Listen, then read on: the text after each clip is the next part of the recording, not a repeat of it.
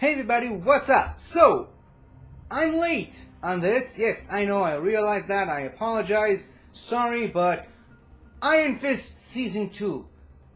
I finished watching the series, this season, way over a week ago, and I apologize. I couldn't get my review up for personal reasons. I mostly related to work and the holidays and moving around, and as you can see, I'm still in my mom's place.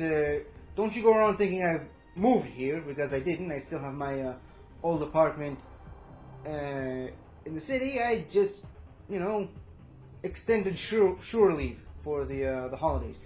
Regardless, Iron Fist Season 2. Well, the bad news is I watched it a while ago, and some of it's kind of starting to slip my memory, but the good news is there's not really a lot to talk about other than I liked it.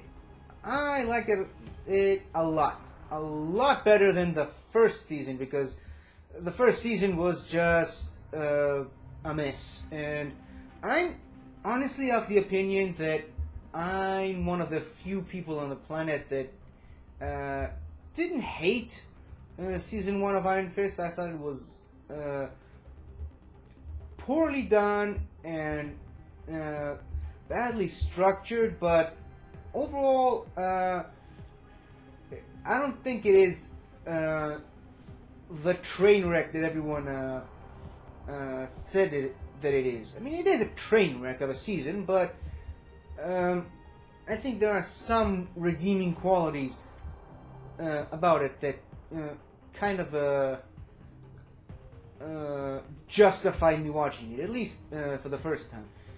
The second season, though, takes all the bad stuff from Season 1 and not only improves upon it, but it also kind of justifies it. It kind of feels to me like Season 1, as bad as it was, it had to happen so Season 2 could be better. So Season 2 could improve upon it. Because it really does look like the showrunners and writers saw the criticisms of Season 1, saw what people thought about it, and listened to other people's suggestions, and said, you know what? Let's listen to the fans. So they literally fixed almost all of the problems in Season 1. They put much more focus on Iron Fist as a character, and they developed his character. And Finn Jones, as a whole, has improved a lot since Season 1. This is not his best work as Danny Rand. I still honestly believe that he did a much, much better job on his brief appearance on Luke Cage, which is by far the best live-action Danny Rand we've ever seen from Finn Jones. I don't know what prompted such a huge dramatic change, but I guess some of the Luke Cage directors are much better at working with Finn Jones than any of the Iron Fist directors, because Finn Jones in the first season was not a very good representation of the character written on the page. It also didn't really help that the character that was written on the page wasn't really all that good to begin with, but still, Finn Jones kind of felt a little out of place. It's kind of like when you have a problem with the camera lens and something in the frame is out of focus for a bit. Yeah, that was Finn Jones in Season 1. In Defenders, he was much better. He was an improvement, far better off at playing the character than he was in Season 1. And then the highlight of it was when he appeared in the one episode of Luke Cage that he appeared in. Then he went back to his own series, and he kind of had a little bit of a drop in quality, but it wasn't as terrible as it was in the first season of Iron Fist. It was a lot better. He feels a lot more comfortable in the role of Danny Rand / Iron Fist in this season than he was in the previous season, which is a definite improvement. As far as Colleen Wing, there really isn't that much to say, except, like I said in the beginning, it's a much better version of Colleen Wing, and that's not really a knock on Jessica Henwick, who plays her. This is more of an outlook on the writing, and especially the writing of that character, and how it's changed from season 1 to season 2. I definitely think she was a lot better. She definitely had much more of a purpose in this season, because it kind of felt like in season 1 she was mostly written as a background character and a love interest, where Jessica Henwick clearly portrayed her a much better than the script said. She was way better than that poor script made her out to be, and a lot of people online were saying that she should be the Iron Fist because she's clearly much better. She's a superior fighter, and she's much better in the role than Finn Jones was in season 1. And surprise, it didn't happen, but we'll get to that later. I was surprised at how much we've gotten to see of Simone Missick's Misty Knight. She was in there for a lot more than I thought she would. Because if you've watched Luke Cage season 2, Colleen Wing was there for one episode. Then Danny Rand was there for a completely different episode. So I thought they were going to do something a little more the same with Misty Knight in this season. I thought Misty Knight was going to show up for an episode or two, and then Luke Cage would show up, and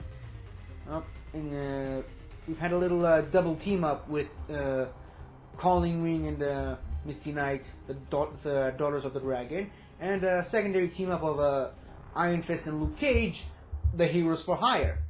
We didn't get to see that. I guess Luke Cage is way too busy running his own club right now, but the overabundance of Misty Knight kind of compensated for that.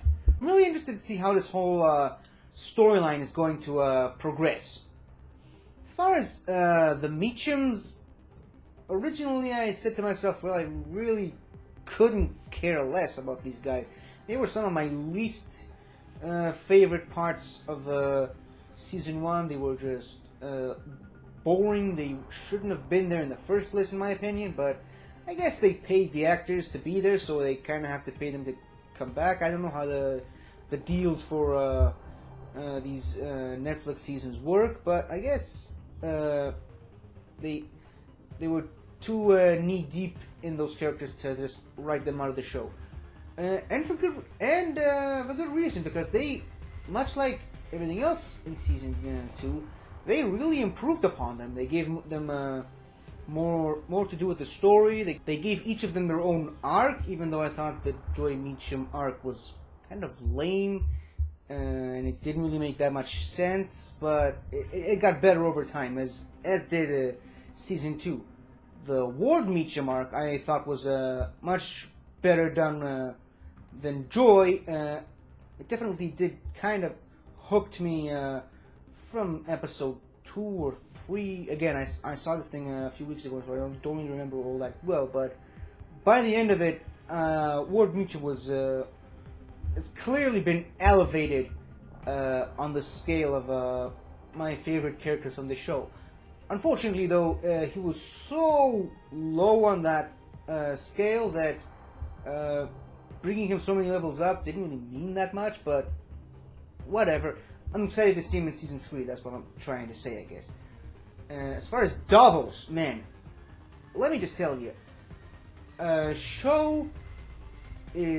hero is only as good as his villain, and Davos was magnificent in this season.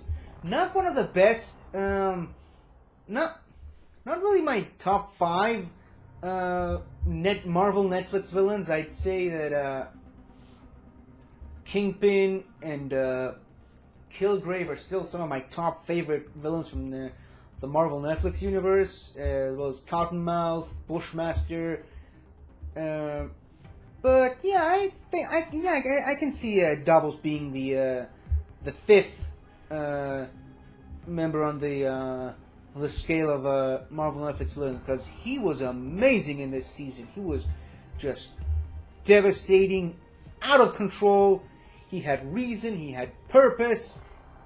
He was just a very well done villain. And again, much like season 1, he was kind of better than Danny Rand was in this season. And again, in season 1, everyone was just screaming. They said, Davos should have been the Iron Fist. Davos should have been the Iron Fist.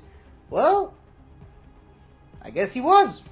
Also, we can't have a review on season 2 of Iron Fist without discussing Alice Eve's Typhoid Mary, or Mary Walker, or Mary, or Walker, or whatever you want to call her. She was incredible. She was definitely one of the highlights of this season, and probably the reason why this season is so good and such an improvement over the other, because I guess you kind of need a character like that to show both sides of the argument of between Davos and Danny Rand.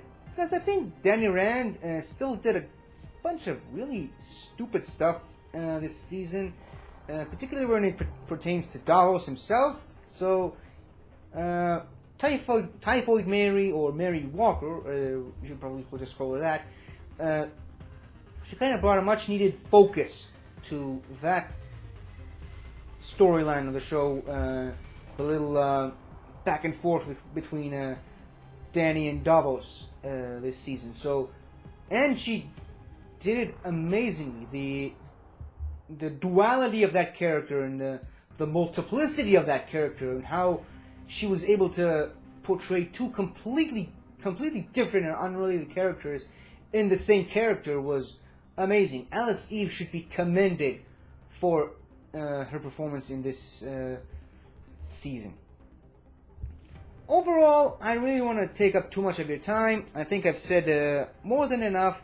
Again, I watched this season a couple of weeks ago, so it's my fault for being late. If I had done this review right after I've watched it, which is what I should have done, I probably would have gone more in depth, but I can't really do this right now because, well, I kind of really don't remember a lot. Sorry, I remember all the major points that I wanted to talk about in this review, so I did it. And of course, I really wanted to get this review out of the way, so I just felt I had to eventually just sit my ass down and do it.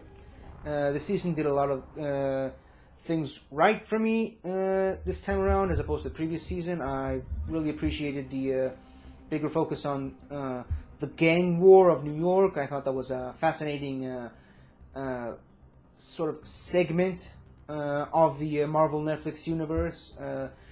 Very similar to what was done in Luke Cage in the past 2 seasons, but also different enough so I can relate to it.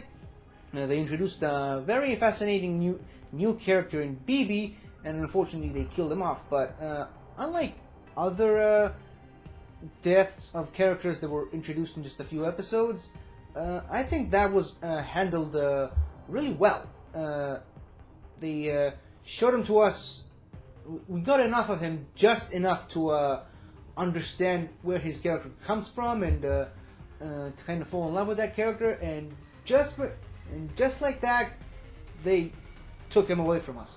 I guess it kind of goes to show you that, yeah, the Netflix shows will do that to you. They won't kill any of the major important characters, but they'll definitely they won't hesitate to off one of their better written characters. I guess I should call it that. I mean, they killed off Stick in the Defenders. Spoiler alert, I guess. So you should kind of assume that certain characters aren't really going to make it out of these seasons alive, and yeah, don't get too attached, I guess is what they're trying to say. So overall, Iron Fist season 2, I loved it. Well, I wouldn't probably say I liked it. Let's just talk about the 2 post-credit scenes, because yes, I guess the Marvel Netflix shows have post-credit scenes in their seasons. It's a thing now. So, the first one I really liked in New York several months later, and Colleen Wing fully embracing her comic book persona, which is what the Netflix shows do very well, especially in one-off appearances when they just show you this is how the character looks like in the comics. Love it! Frame it on the wall! And then they never show it to you again, and you love it anyway, because they've given you that one specific look at the character just for the hardcore fans to just go, oh look, it's that! And then they move on. You don't really need to pay too much attention to it. And the way she actually was able to bring out her chi, not just to her fist, but also to her katana, bam, that was amazing. And if you've seen some of my other videos, I already kind of used that shot in a certain other video that I made, and probably none of you have even watched. Also, the idea to bring the Iron Fist from Danny to Colleen was a stroke of genius. From everything I've heard, this was a completely original idea that the showrunners did specifically for the show, and it has never been done in the comics, which is good. That's what you would expect from an adaptation. You don't want to see exactly what was written and drawn in the comics. You want to be surprised. You want to expect the unexpected, and I thought they did a pretty good job with that. Of course, moving on to the other post-credit scene in Japan, really kind of doesn't explain how Danny not only got his chi back and his Iron Fist, but also he now has two Iron Fists, and he can transfer that chi over to pistols. Yeah, we definitely need some explanation in the next season, and I feel like the entire season was worth it, mainly because of that final shot of seeing Danny pull out his guns and just shoot a bullet out of the air. A lot of people didn't like the fact that he shot a bullet out of the air. I loved it. I ate it up. It was amazing to me. I was just in shock and awe. And Ward Meacham is now one of my favorite characters because of that one particular scene. I'm really looking forward to next season, and we want to know what they do with that storyline, how they take it forward. So, in a nutshell, that's my opinions on Iron Fist Season 2. Let me know what you guys think. Did you like it? Did you not like it? Did you hate it? Did you love it? Whatever floats your boat. If you didn't even have any opinion on it, let me know as well. Maybe we can have a conversation about that. So, guys, until next time. Hello again, everybody. I hope you liked this video, and if you did, please remember to like, share, and subscribe to my channel, where I do all kinds of weird stuff like showcase all these things, trailer reactions, movie reviews, all kinds of fun stuff. So, until next time, I'll see you guys next time.